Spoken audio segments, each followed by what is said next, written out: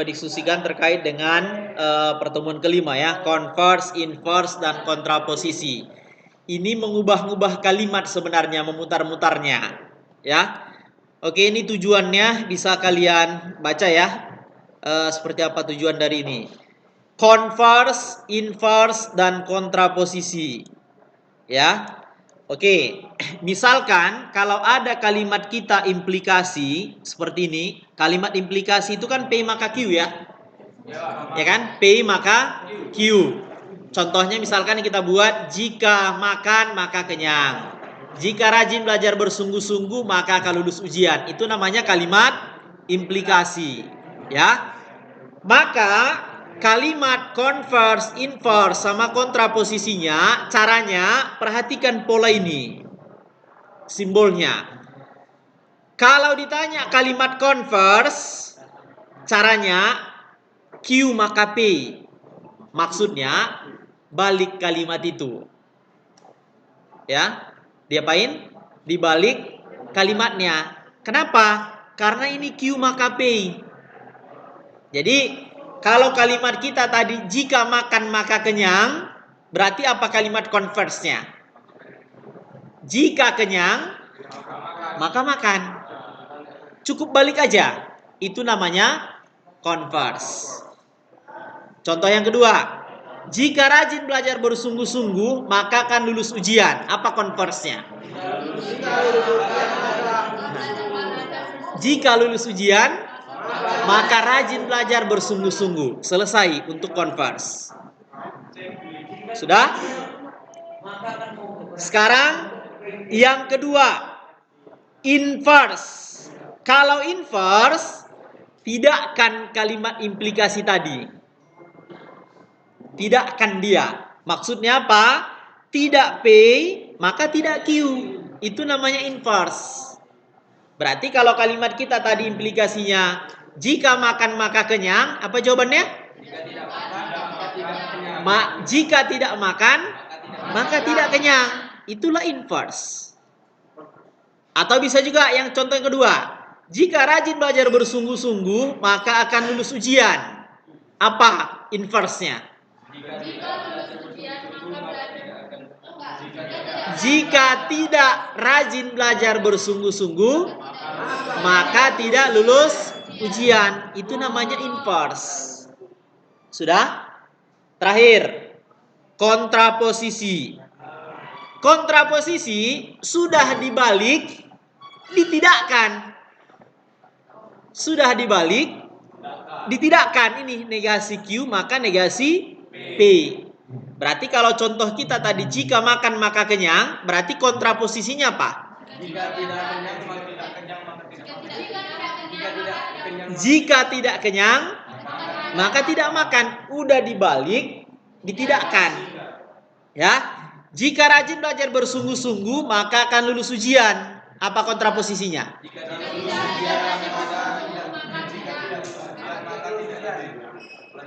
Hah? Jika rajin belajar bersungguh-sungguh maka akan lulus ujian. Kontraposisinya? Jika tidak lulus ujian maka tidak rajin belajar bersungguh-sungguh. Balik, tidakkan. Itulah kontraposisi. Ya? Udah. Tabel kebenarannya, menguji nilai kebenarannya gini. Coba perhatikan. P, Q. P itu kan benar-benar salah-salah. Q benar-salah kan? Kalau tidak P, salah-salah benar-benar. Negasi Q, salah benar. Sekarang implikasi. Kalau implikasi kan benar-salah yang salah kan? Selainnya benar. Ya? Iya kan? Kan gini kan implikasi. P maka Q kan? Sekarang converse. Converse tadi apa? Dibalik aja kan? Q maka P kita balik. Ini ke sini. Benar-benar. Benar. Salah benar. Benar. Benar salah. Salah. Salah. Bisa. Sekarang inverse. Inverse itu apa? Tidak P maka tidak Q. Berarti ini ke sini kan? Iya kan? Implikasi. Benar salah yang salah. Salah maka salah. Benar. Salah maka benar. Benar maka salah. Salah. Benar maka benar. Benar. Sudah? Sekarang kontraposisi. Kontraposisi tadi udah dibalik, ditidakkan. Berarti negasi Q maka negasi P. Berarti dari sini ke sini kan? Iya kan? Oke. Salah maka salah. Benar maka salah. Salah maka benar. Benar maka benar. Sekarang coba perhatikan. BSBB. Mana yang sama dengan BSBB? Ini kan? Iya kan? Berarti ini namanya ekivalen. Gimana? Nggak ada kan? Ini namanya ekivalen. Makanya ini dibuat bernilai sama. Bisa. Sekarang ini BBSB. BBSB sama kan? Nah, ini juga ekivalen. Nih. Q maka P ekivalen dengan tidak P maka Q. Bisa. Berarti implikasi ini kan implikasi kan? Implikasi ekivalen dengan apa? Kontraposisi. Iya, kontraposisi. Itu ekivalen. Kalau ini apa ini? Converse. Converse ekivalen dengan inverse. Gitu. Ekivalen maksudnya sama nilainya. Jadi kalau kalimat kita tadi kalimat implikasi, jika makan maka kenyang. Dia bermakna sama dengan jika tidak kenyang maka tidak makan. Balik tidakkan. Jika rajin belajar bersungguh-sungguh maka akan lulus ujian. Senilai dia dengan jika tidak lulus ujian maka tidak rajin belajar bersungguh-sungguh. Gitu juga converse sama kontraposisi, inverse. Jadi kalau kalimat kita jika tidak jika kenyang maka makan sama dia dengan jika tidak makan maka tidak kenyang. Gitu kira-kira maksudnya. Bisa dipahamin ya? Oke, ini contoh yang lain. Coba kita perhatikan. Ini kalimat yang lain dibuatnya. Ya. Misalkan kalimat P katanya segitiga ABC sama sisi. Kalimat Q katanya ketiga sudutnya sama besar. Maka apa kalimat implikasinya? Apa kalimat implikasinya? Berarti P maka Q kan? Berarti jika segitiga ABC sama sisi, maka ketiga sudutnya sama besar.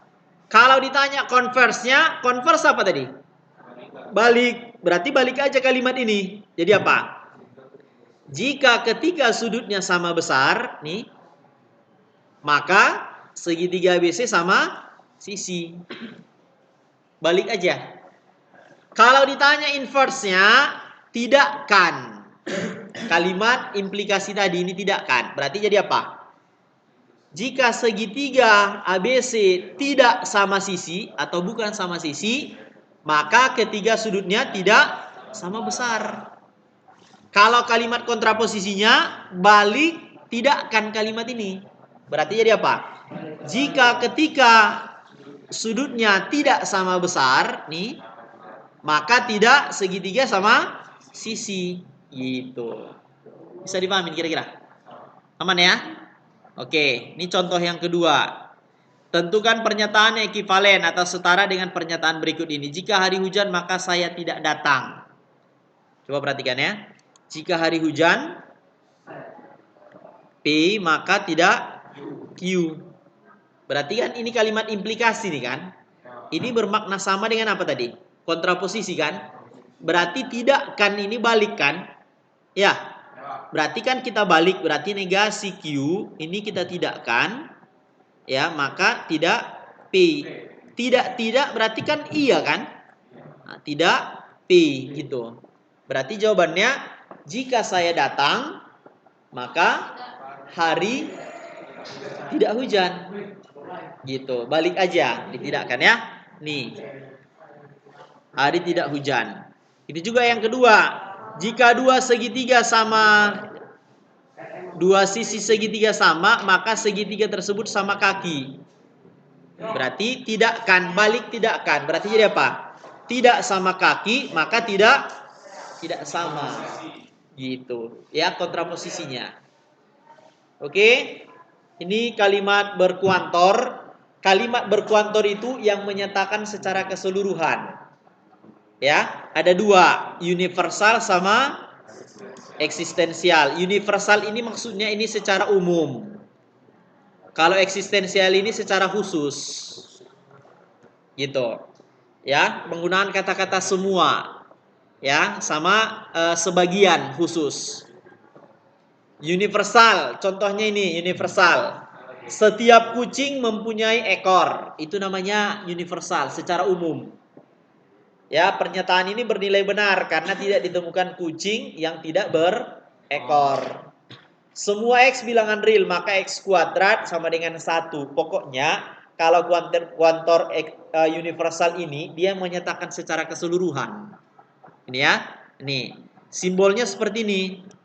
Huruf A yang terbalik. Ini dibaca semua. Nih, semua. Atau setiap.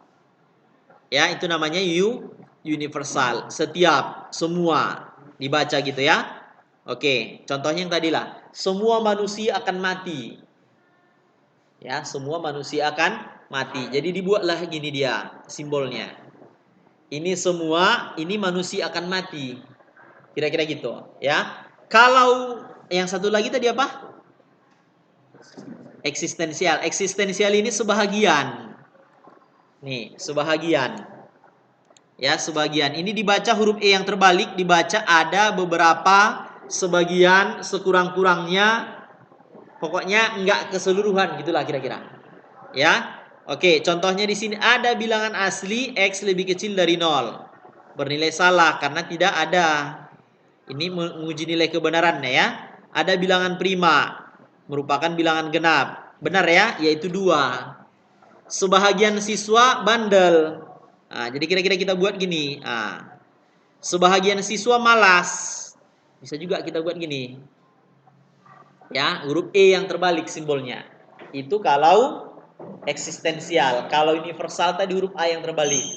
Ya. Oke, sekarang negasinya. Kedua-duanya. Caranya hampir sama. Kalau semua dinegasikan, jawabannya ada yang tidak P. Gitu juga sebaliknya. Kalau ada sebagian dinegasikan, jawabannya semua tidak P. Contoh gini. Semua manusia akan mati. Ini, semua manusia akan mati. Ini kalimatnya. Dinegasikan berarti tidak semua, berarti ada yang tidak P. Berarti kalau kalimat kita semua manusia akan mati, apa negasinya? Ada manusia yang tidak mati gitu. Atau sebahagian manusia tidak mati gitu. Itu juga sebaliknya.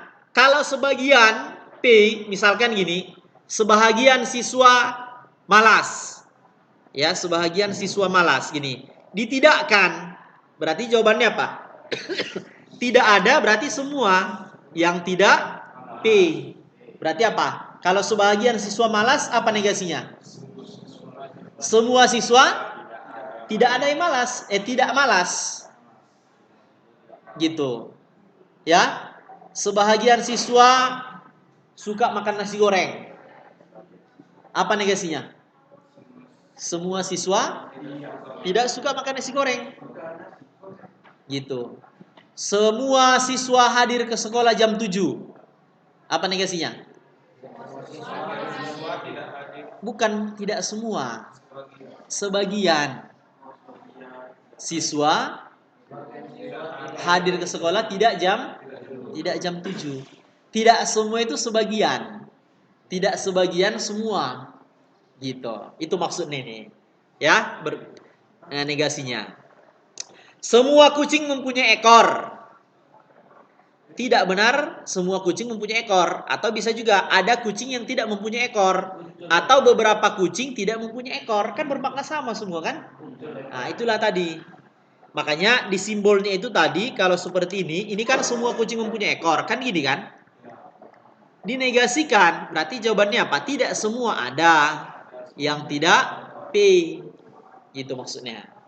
Bisa dipahamin ya? Oke, ada anak yang gemar bermain bola. Apa negasinya? Hah? Ada anak yang gemar bermain bola. Jawabannya apa? Apa?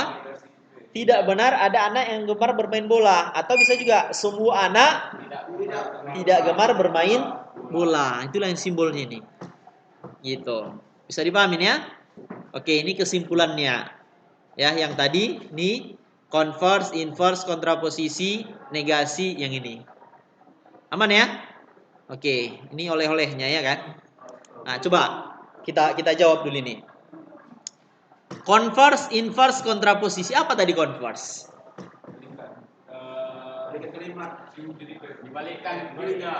Balik aja ya? Ah, ini. Converse balik aja. Kalau inverse ditidakkan. Ah, nih, coba. Ini, kalau converse tadi dibalik ya kan? Kalau inverse ditidakkan, tidak P maka tidak Q. Kalau kontraposisi tidak Q maka tidak P. Udah. Jika matahari bersinar maka hari tidak hujan. Berarti dia Pak. Kalau converse-nya. Jika hari tidak hujan maka matahari bersinar. Kalau inverse-nya tidakkan. Berarti jika matahari tidak bersinar maka hari hujan. Hujan jadinya kan? Ya, kalau kontraposisi balik tidakkan. Berarti gimana? Jika hari hujan maka matahari tidak bersinar. Begitu kira-kira. Bisa dipahamin ya?